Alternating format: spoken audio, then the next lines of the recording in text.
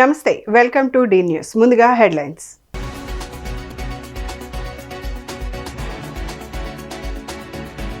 గూగుల్తో AP ప్రభుత్వం ఒప్పందం చేసుకోవడం చాలా సంతోషంగా ఉందని తెలిపిన ముఖ్యమంత్రి చంద్రబాబు నాయుడు.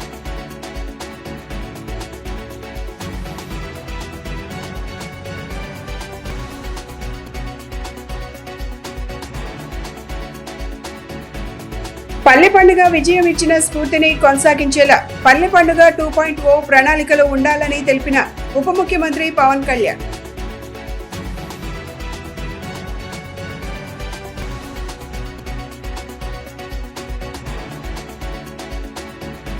విజయవాడ గవర్నమెంట్ ప్రభుత్వ హాస్పిటల్ అభివృద్ధిపై సమీక్ష సమావేశం నిర్వహించామని తెలిపిన ఎంపీ కేశినేని చిన్ని.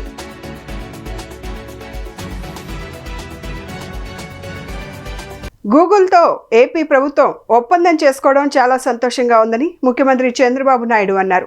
కేంద్ర ఆర్థిక మంత్రి నిర్మలా సీతారామన్, కేంద్ర ఐటీ మంత్రి అశ్విని వైష్ణవ్ సహకారం అందించారని సీఎం అన్నారు. విశాఖపట్నానికి గూగుల్ రావడంతో విప్లవాత్మక మార్పులు వస్తాయని తెలిపారు. మంగళవారం నాడు విశాఖలో గూగుల్ డేటా సెంటర్ ఏర్పాటుకు సంబంధించిన ఢిల్లీలో జరిగిన సమావేశంలో సీఎం చంద్రబాబు మాట్లాడుతూ ప్రధాని మోదీ మద్దతుతో ఇది సాధ్యమైందన్నారు. తాను చూసిన ప్రధానమంత్రుల్లో మోదీ ప్రత్యేకమన్నారు. విజనరీ ఆలోచన తీరు, నిర్ణయాలు తీసుకోవడంలో ఆయనను ఎవరూ అందుకోలేదని కొనియాడారు. ప్రధాని సారథ్యంలో 2047 కంటే ముందుగానే భారతదేశం అభివృద్ధి చెందిన దేశంగా అవతరిస్తుందని స్పష్టం చేశారు. కేంద్ర ఆర్థిక మంత్రి నిర్మలా సీతారామన్, కేంద్ర ఐటీ మంత్రి అశ్విని వైష్ణవ్ సహకారం అందించారన్నారు. విశాఖపట్నానికి గూగుల్ రావడంతో విప్లవాత్మక మార్పులు వస్తాయని తెలిపారు. రాష్ట్రంలో ఐటీ రంగంలో అనేక మార్పులు వస్తాయని, పలు కంపెనీలు గూగుల్ బాటలో పయనించే అవకాశం ఉందన్నారు. Don't work hard, work smart అని అన్నారు సీఎం. నైతిక విలువలతో కూడిన ఏఐ టెక్నాలజీ అవసరమని ముఖ్యమంత్రి పేర్కొన్నారు. Auspicious day and also very happy day for me, not only for me, for all of us. First of all, I have to thank Honorable Prime Minister. He has made it possible. After that, our Finance Minister, Her Excellency, she has done very well. Anyway, our IT Minister, he has done, when I mooted the idea, he was very positive. Google has to come to India. That is the attitude. And also our IT Minister, he also worked with you all the way. He came to your office. He spent so much of time. At that time he briefed me. After that we had a meeting. We thought we had to complete 12 months time. Now 1 month, 13 months we are able to clinch it. I am proud of you. Amen. Always I am a great admirer of Google. Your creativity, your speed, that is very important. Just now our friend has shown transformational changes in information technology. Fortunately, I was associated all these phases. From iTech City and IT promotion started in Hyderabad, that is late 90s. Today, 2025, we are talking about data center and artificial intelligence. Really, it is very inspiring. పల్లె పండుగ విజయం ఇచ్చిన స్ఫూర్తిని కొనసాగించేలా పల్లె పండుగ 2.0 ప్రణాళికలు ఉండాలని ఉప ముఖ్యమంత్రి పవన్ కళ్యాణ్ స్పష్టం చేశారు. ఆంధ్రప్రదేశ్ గ్రామీణ ముఖ చిత్రం సంపూర్ణంగా మారేలా ఈ ప్రణాళికలు ఉండాలని తెలిపారు. క్యాంపు కార్యాలయంలో త్వరలో ప్రారంభం కానున్న పల్లె పండుగ 2.0 పై పంచాయతీరాజ్ గ్రామీణాభివృద్ధి శాఖ ఉన్నతాధికారులతో సమీక్షా సమావేశం నిర్వహించారు. రహదారుల అభివృద్ధి, నూతన రహదారుల నిర్మాణం, మరమ్మతులు, గోశాలలు, మ్యాజిక్ డ్రైన్ల నిర్మాణం తదితర అంశాలపై అధికారులకు దిశానిర్దేశం చేశారు.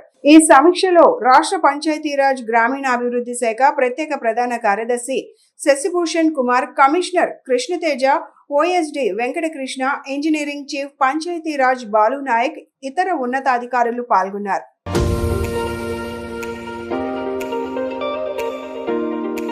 విజయవాడ గవర్నమెంట్ ప్రభుత్వ హాస్పిటల్ అభివృద్ధిపై సమీక్ష సమావేశం నిర్వహించామని ఎంపీ కేశినేని చిన్ని పేర్కొన్నారు. పేదవాడి కోసం ప్రభుత్వం ఎప్పుడూ అండగా ఉంటుందని వెల్లడించారు. విజయవాడ గవర్నమెంట్ ప్రభుత్వ హాస్పిటల్లో అభివృద్ధిపై సమీక్ష సమావేశం నిర్వహించారు.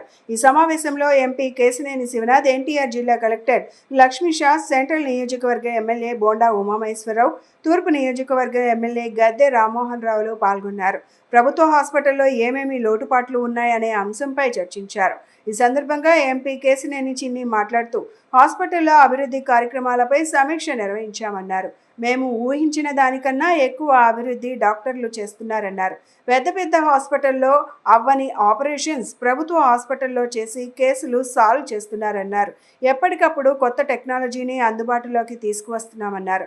త్వరలో కన్స్ట్రక్షన్ రెడీ అయిపోతే మరిన్ని అధునాతన పరికరాలతో ప్రజలకు సేవలు అందించేందుకు సిద్ధంగా ఉన్నామన్నారు. ఎమ్మెల్యే బోండా ఉమా మాట్లాడుతూ ప్రభుత్వ హాస్పిటల్లో జరిగిన రివ్యూ మీటింగ్లో డాక్టర్లను అభినందించామన్నారు. అన్ని శాఖలకు సంబంధించిన హెచ్ఓడీలు ఈ రివ్యూ మీటింగ్లో పాల్గొన్నారని తెలిపారు.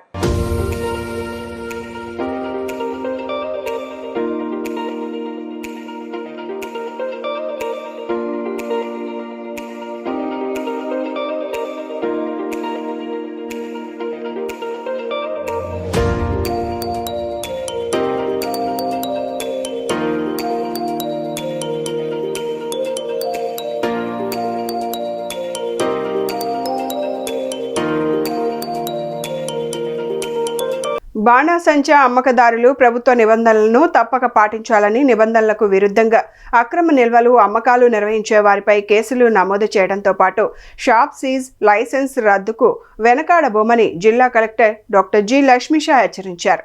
జన సంచారం లేని సమయంలో మాత్రమే బాణాసంచా ఎగుమతులు, దిగుమతులు జరపాలని, అదే సమయంలో అని ముందస్తు చర్యలు తీసుకోవాలని జిల్లా కలెక్టర్ లక్ష్మీషా విక్రయదారులకు సూచించారు. దీపావళి పండుగ నేపథ్యంలో జిల్లా కలెక్టర్ డాక్టర్ జి లక్ష్మీషా మంగళవారం నగరంలో భవానీపురం ఐరన్ యార్డ్లో గల బాణాసంచా గోడౌన్లను ఆకస్మిక తనిఖీ చేశారు. ఈ సందర్భంగా జిల్లా కలెక్టర్ మాట్లాడుతూ ఈ నెల 20వ తేదీన దీపావళి పండుగ సందర్భంగా ప్రజలు పెద్ద ఎత్తున కొనుగోలు చేస్తారన్నారు. అటువంటి వారిని గుర్తించేందుకు ప్రత్యేక నిఘా బృందాన్ని ఏర్పాటు చేశామన్నారు. రెవెన్యూ, పోలీస్, మున్సిపల్, అగ్నిమాపక, పౌర సరఫరాలు, విద్యుత్ తదితర శాఖల అధికారులు సంయుక్తంగా తనిఖీలు నిర్వహించి అక్రమ నిల్వలు, అమ్మకాలు చేసేవారిపై కఠిన చర్యలు తీసుకోవాలని ఆదేశించారు. పట్టణ ప్రాంతాల్లో టౌన్ ప్లానింగ్ అధికారులు, గ్రామీణ ప్రాంతాలలో సబ్ డివిజనల్ మెజిస్ట్రేట్ నుంచి ముందుగానే అనుమతికి దరఖాస్తు చేసుకోవాలన్నారు. గతంలో జింకానా మైదానంలో బాణాసంచా విక్రయాలు నిర్వహించిన సందర్భంలో భద్రతాపరమైన లోపాల వల్ల అగ్ని ప్రమాదం సంభవించిన సంఘటనను దృష్టిలో పెట్టుకొని అలాంటి సంఘటనలు పునరావృతం కాకుండా ముందుగానే పటిష్ట చర్యలు తీసుకోవాలని పోలీస్, రెవెన్యూ, అగ్నిమాపక శాఖ అధికారులను ఆదేశించారు. విద్యుత్ అధికారులు షార్ట్ సర్క్యూట్ వంటి సంఘటనలకు తావు లేకుండా ముందుగానే తనిఖీలను నిర్వహించి అమ్మకదారులకు తగు జాగ్రత్తలు తీసుకునేలా చర్యలు తీసుకోవాలన్నారు.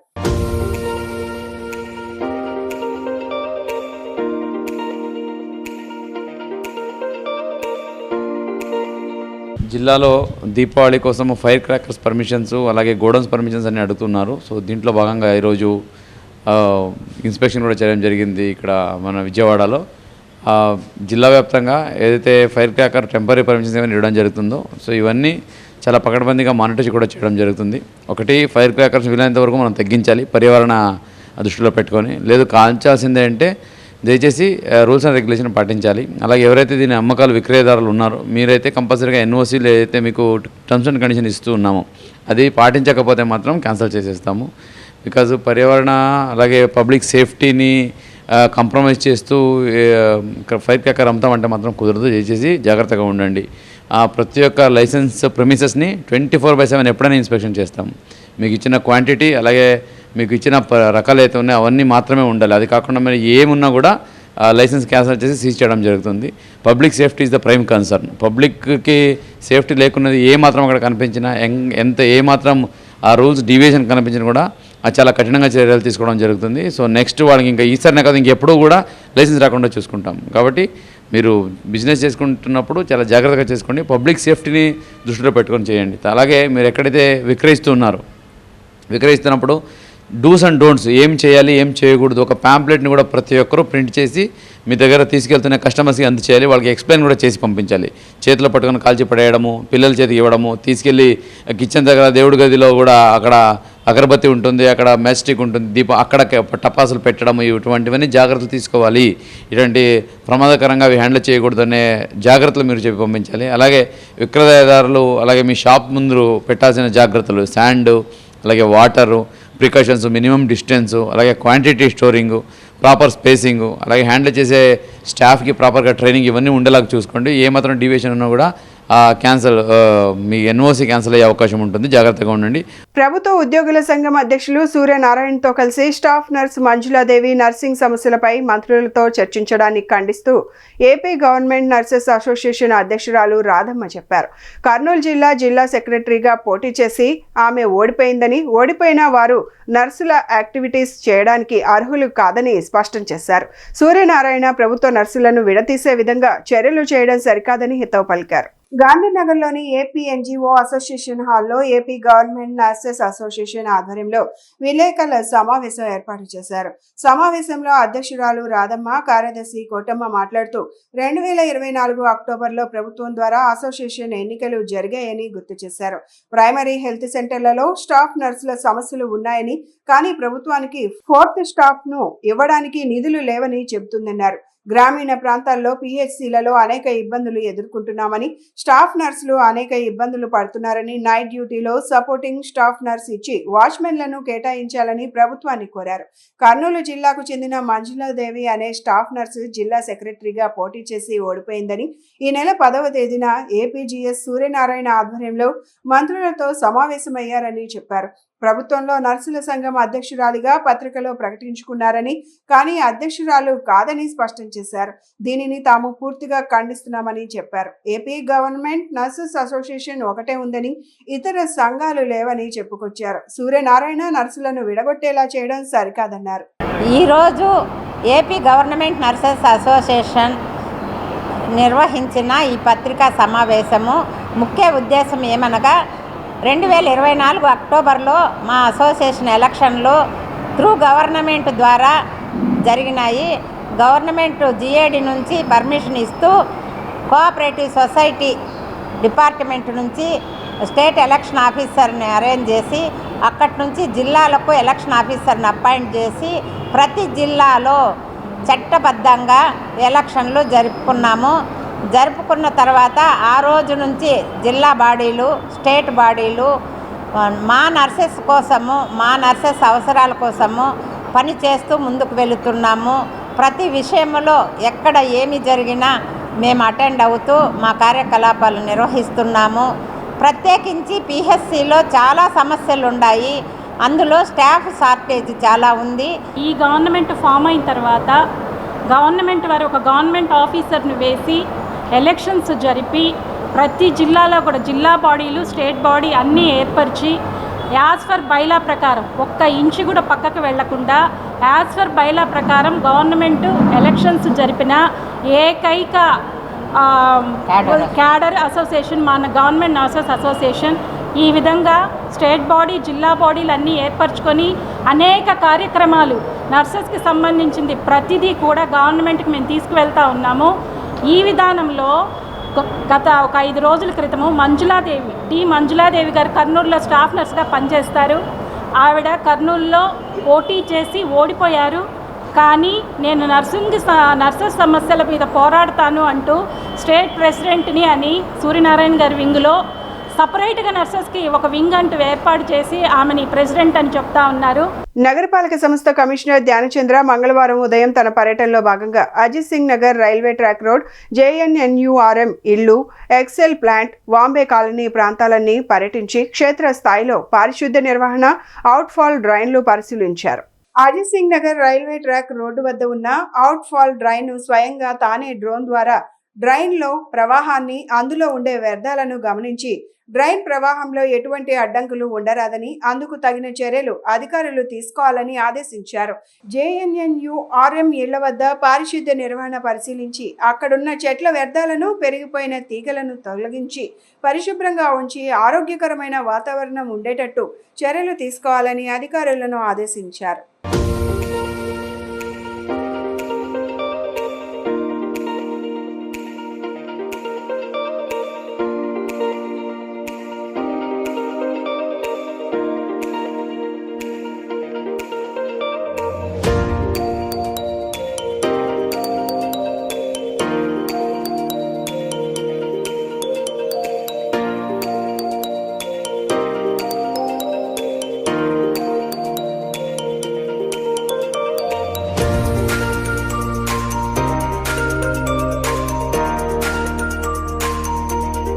వీఆర్ఏలకు పే స్కేల్ జీతాలు చెల్లించాలని ఆంధ్రప్రదేశ్ గ్రామ రెవెన్యూ సహాయకుల సంఘం సభ్యులు డిమాండ్ చేశారు. నైట్ డ్యూటీలను రద్దు చేయాలని, డిఏను జీతంలో కలపాలని కోరారు. నామినీలను వీఆర్ఏలుగా గుర్తించాలని, VRO, attender, watchman, record assistant తదితర ఖాళీ పోస్టుల భర్తీలు 70% పోస్టులు వీఆర్ఏలకు కేటాయించాలని డిమాండ్ చేశారు. ఆంధ్రప్రదేశ్ గ్రామ రెవెన్యూ సహాయకుల సంఘం ఆధ్వర్యంలో వీఆర్ఏలలో తమ న్యాయమైన డిమాండ్లను పరిష్కరించాలని కోరుతూ గాంధీనగర్లోని ధర్నా చౌక్లో రిలే నిరాహార దీక్షలు నిర్వహించారు. తమ డిమాండ్లు పరిష్కరించాలంటూ నినాదాలు చేశారు. ఈ సందర్భంగా సంఘం ప్రతినిధులు మాట్లాడుతూ తమ సమస్యల పరిష్కారం కోసం నేడు, రేపు రిలే నిరాహార దీక్షలు నిర్వహిస్తున్నామని, 15వ తేదీన మహాధర్నా కార్యక్రమాన్ని నిర్వహిస్తున్నట్లు చెప్పారు. వీఆర్ఏలకు 8 సంవత్సరాల నుంచి ₹1 కూడా వేతనం పెంచలేదని, కూటమి ప్రభుత్వం వస్తే వీఆర్ఏల సమస్యలు పరిష్కారం అవుతాయని ఆశించామన్నారు. కానీ కూటమి ప్రభుత్వం రావడంతోనే వీఆర్ఏలపై అక్రమ డ్యూటీలు, నైట్ డ్యూటీలు, ఇసుక ర్యాంపుల వద్ద డ్యూటీలు, BLO డ్యూటీలు, రీసర్వేల పేరుతో సొంత గ్రామాల్లోనే కాకుండా వీఆర్ఏలతో ఇతర గ్రామాల్లో అక్రమ డ్యూటీలు చేయించడం వల్ల ఆర్థికంగా చితికిపోయారని తెలిపారు. వీఆర్ఏలతో చర్చలు జరిపేందుకు ప్రభుత్వం ముందుకు రావడం లేదన్నారు. తెలంగాణలో అమలవుతున్న విధంగా పే స్కేల్ అమలు చేయాలని కోరారు. ఈరోజు వీఆర్ఏలు తమ సమస్యలు పరిష్కారం చేయాలని విజయవాడ అలంకార్ సెంటర్ వద్ద రీలే నిరాహార దీక్ష 2వ రోజు నిర్వహించడం జరుగుతుంది. అయితే రేపు వీఆర్ఏల సమస్యల పరిష్కారం కొరకు రాష్ట్ర వ్యాప్తంగా ఉన్న వీఆర్ఏలందరూ మా సమస్యల పరిష్కారం కొరకు విజయవాడ అలంకార్ సెంటర్ వద్ద కదం తొక్కుతున్నాము. మా సమస్యలు పరిష్కరించకుండా ఈ ప్రభుత్వం ఇంతవరకు నిర్లక్ష్య వైఖరి అవలంబిస్తుంది. దాదాపు 8 సంవత్సరాల నుండి వీఆర్ఏలకు ₹1 కూడా వేతనం పెరగలేదు. కూటమి ప్రభుత్వం అధికారంలోకి వచ్చి 15 నెలలు గడుస్తున్నా కానీ ₹1 కూడా వేతనం పెంచకపోగా అక్రమ డ్యూటీల పేరుతో నైట్ వాచ్మెన్ డ్యూటీలు, అటెండర్ డ్యూటీలు, ఇసుక ర్యాంపుల దగ్గర డ్యూటీలు, రైస్ మిల్లుల దగ్గర డ్యూటీలు, BLO డ్యూటీలు, కంప్యూటర్ ఆపరేటర్ డ్యూటీలు, అన్ని రకాల డ్యూటీలు, రీసర్వే పేరుతో సొంత గ్రామమే కాకుండా వీఆర్ఏ ఆ మండలంలో ఉన్న ఇతర గ్రామాలకు కూడా పంపించి రీసర్వే పనులు చేయించడం, అన్ని అక్రమ డ్యూటీలు ఎక్కువ భారం అయిపోయాయి. ఈ అక్రమ డ్యూటీలతో మా యొక్క వేతనాలు ₹11,000 ఈరోజు వీఆర్ఏలు బతకలేక ఆర్థికంగా చితికిపోతున్నారు. ఈ రోజున మేము వీఆర్ఏలు పడుతున్న బాధలు, ఈరోజు చాలీ జీతంతో ఉద్యోగాలు చేస్తూ ఉన్నాం. గత ప్రభుత్వంలో మాకు డిఏ ఇస్తే వైఎస్ఆర్సీపీ ప్రభుత్వం వచ్చిన తర్వాత డిఏని రద్దు చేసి రికవరీ పేరుతో ప్రతి వీఆర్ఏ దగ్గర కూడా ₹10,200 రికవరీ చేయడం జరిగింది. అప్పటి నుంచి మేము తపతపాలుగా చేస్తూ ఉంటే ఆ ప్రభుత్వంలో లాస్ట్గా ₹500 జీతంతో కూడిన జీతం ఇచ్చి ₹500 దించుకున్నారు తప్ప వీఆర్ఏల సమస్యలు ఏమీ కూడా నెరవేరలేదు. ఈ యొక్క కూటమి ప్రభుత్వం వచ్చిన తర్వాత మొట్టమొదటిగా మేము ఈ అలంకార్ సెంటర్లో మా వీఆర్ఏల కోసం ఈ రిలే నిరాధ్యక్షులు 13, 14, 15వ తారీఖున మహాధర్నా కార్యక్రమాన్ని పెట్టడం జరిగింది. ఎందుచేతనంటే ఈ రోజున్న పరిస్థితుల్లో ఈ ₹11,000 జీతంతో బతకలేని పరిస్థితుల్లో వీఆర్ఏలు ఉన్నారు. మేము చదివించుకోవాలంటే పిల్లల్ని చాలా ఖర్చులు అవుతూ ఉన్నాయి. అనారోగ్యం గురవుతూ హాస్పిటల్కి వెళ్ళే పరిస్థితులు కూడా ఎక్కువ అవుతూ ఉన్నాయి. ఖర్చులు కూడా సరిపోతలేదు. పేద కుటుంబాల తల్లిదండ్రులు ఎక్కడెక్కడి నుంచో ఎన్నో ఆశలతో తమ పిల్లలకు మంచి భవిష్యత్తు ఉంటుందని, వసతి గృహాలకు పంపుతారని, ఈ చిన్నారులను మన సొంత పిల్లల కంటే బాగా చూసుకోవాలని కలెక్టర్ లక్ష్మీషా అన్నారు. ప్రభుత్వం కల్పిస్తున్న సౌకర్యాలను సద్వినియోగం చేసుకుని జీవితంలో ఉన్నతంగా ఎదిగేలా చేయి పట్టి నడిపించాలని కలెక్టర్ లక్ష్మీషా వసతి గృహ సంక్షేమ అధికారులను సూచించారు. మంగళవారం ఉదయం కలెక్టర్ లక్ష్మీషా గుణదలలోని ప్రభుత్వ బీసీ కళాశాలల బాలికల వసతి గృహాన్ని ఆకస్మికంగా తనిఖీ చేశారు. చిన్నారులతో కలిసి అల్పాహారం చేశారు. విద్యార్థులతో ముచ్చటించి ఏర్పాట్లతో పాటు మెనూ ప్రకారం పౌష్టికాహారం అందుతుందో లేదో అడిగి తెలుసుకున్నారు. గదులతో పాటు ప్రాంగణంలో పారిశుద్ధ్యం, తీరుతెన్నులను పరిశీలించారు. ఈ సందర్భంగా కలెక్టర్ లక్ష్మీషా మాట్లాడుతూ వసతి గృహాలపై నిరంతర పర్యవేక్షణ ఉంటోందని, ఇందుకు సంబంధించి ఒక్కో వసతి గృహానికి ఒక్క జిల్లా అధికారిని ప్రత్యేక అధికారిగా బాధ్యతలు అప్పగించినట్లు తెలిపారు. ఈ ప్రత్యేక అధికారులు వారానికి 2 సార్లు వసతి గృహాలను సందర్శించి భోజనం, పారిశుద్ధ్యం, తాగునీరు ఇలా ప్రతి ఒక్క అంశాన్ని పరిశీలించి ఆన్లైన్లో నివేదికలు సమర్పిస్తారన్నారు. ప్రతిరోజు తాగునీటికి క్లోరిన్ టెస్ట్తో పాటు ప్రతి వారం నైట్రేట్ పరీక్షలు నిర్వహిస్తున్నట్లు తెలిపారు. ఎప్పటికప్పుడు ఆహార భద్రతా అధికారులు కూడా వసతి గృహాలను సందర్శించి నమూనాలను పరీక్షించనున్నట్లు వెల్లడించారు.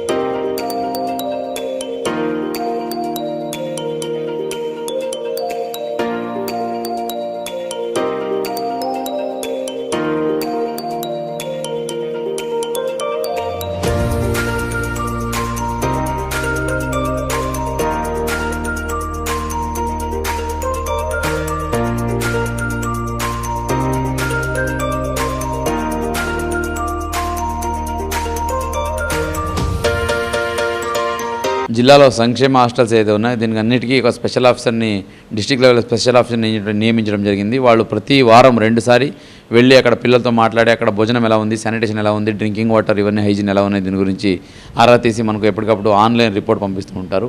హాస్టల్స్లో పిల్లలు చదువుకోవడానికి పేద పిల్లలు తల్లిదండ్రులు ఏదో ఎంతోమంది కూలి చేసుకుంటూ ఉంటారు, నిరుపేదగా ఉంటారు. వాళ్ళ పిల్లల్ని వాళ్ళ మంచి భవిష్యత్తు ఇవ్వాలని హాస్టల్కి పంపిస్తూ ఉంటారు, స్కూల్కి పంపిస్తుంటారు.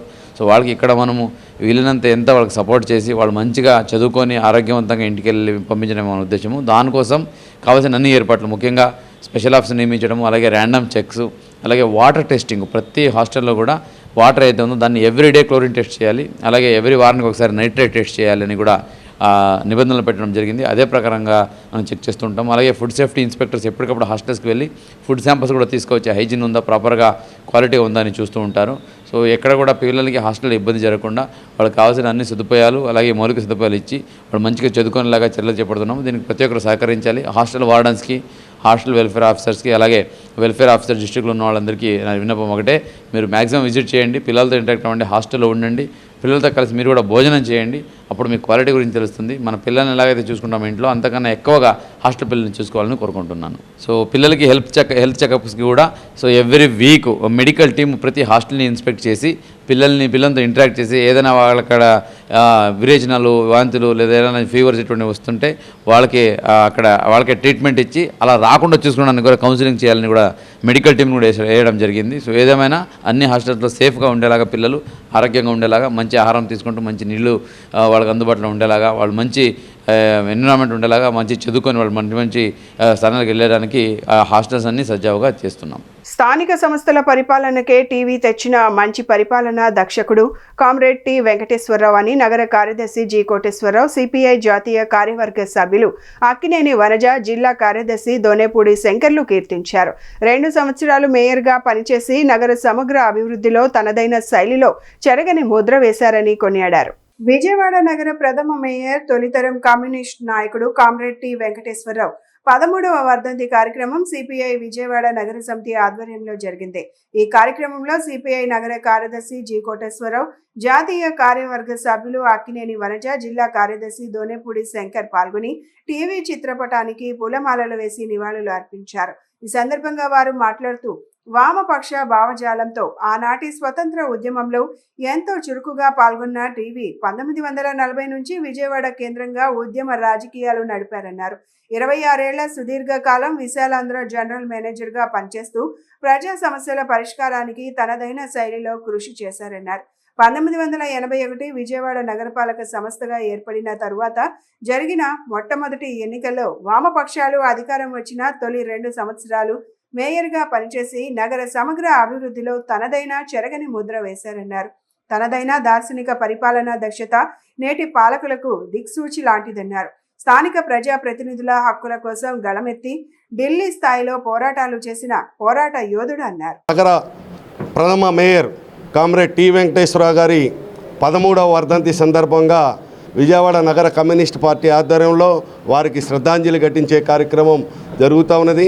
ఈ సందర్భంగా కమ్యూనిస్టు శ్రేణులకి, కమ్యూనిస్టు కార్యకర్తలకి కామ్రేడ్ టి వెంకటేశ్వరరావు యొక్క క్రమశిక్షణ, ఆయన యొక్క దార్శనికత ఆదర్శం విజయవాడ నగర సమగ్రాభివృద్ధిలో, విజయవాడ రూపురేఖలు మార్చడంలో కామ్రేడ్ టి వెంకటేశ్వరరావు గారి యొక్క పాత్ర అమోఘమైనటువంటి పాత్ర.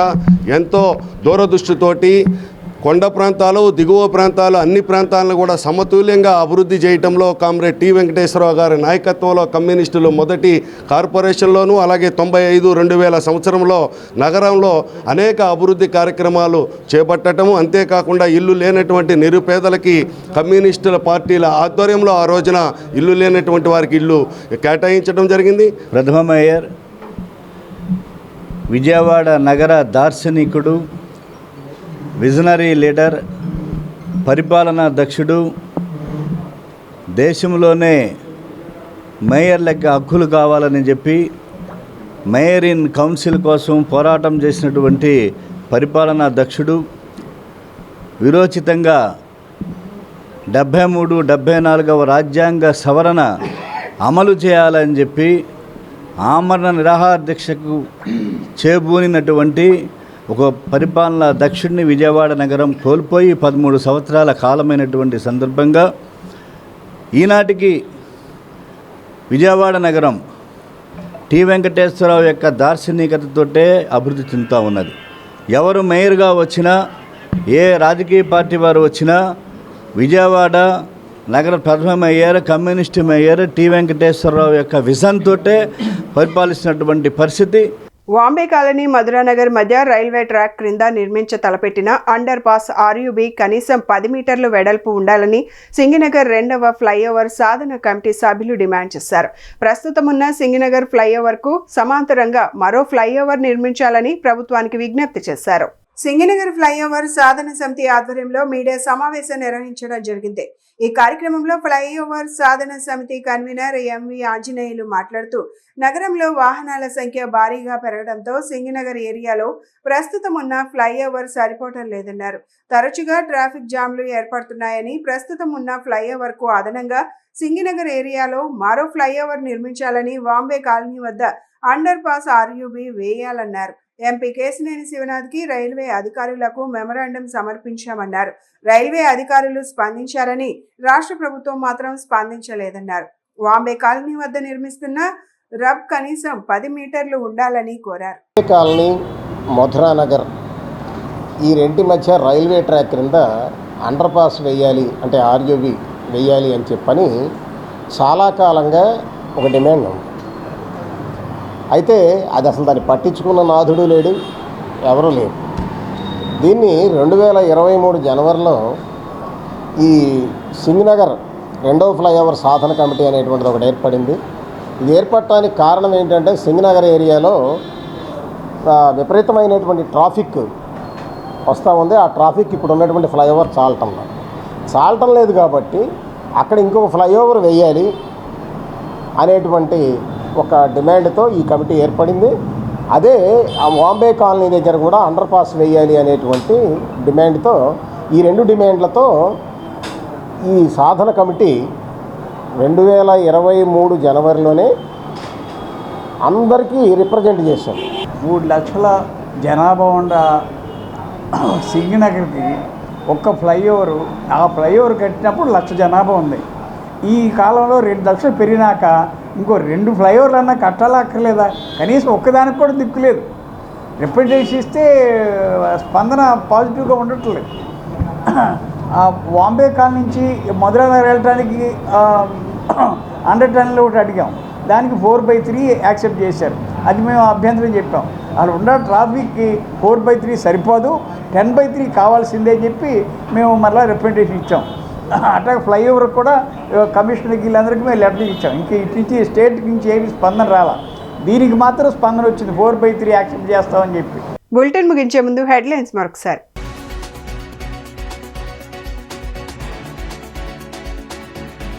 గూగుల్తో ఏపీ ప్రభుత్వం ఒప్పందం చేసుకోవడం చాలా సంతోషంగా ఉందని తెలిపిన ముఖ్యమంత్రి చంద్రబాబు నాయుడు.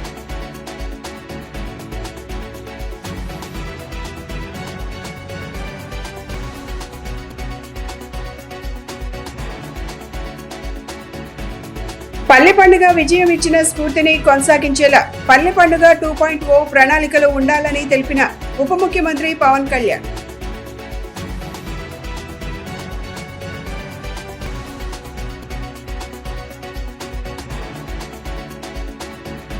విజయవాడ గవర్నమెంట్ ప్రభుత్వ హాస్పిటల్ అభివృద్ధిపై సమీక్ష సమావేశం నిర్వహించామని తెలిపిన ఎంపీ కేశినేని చిన్ని.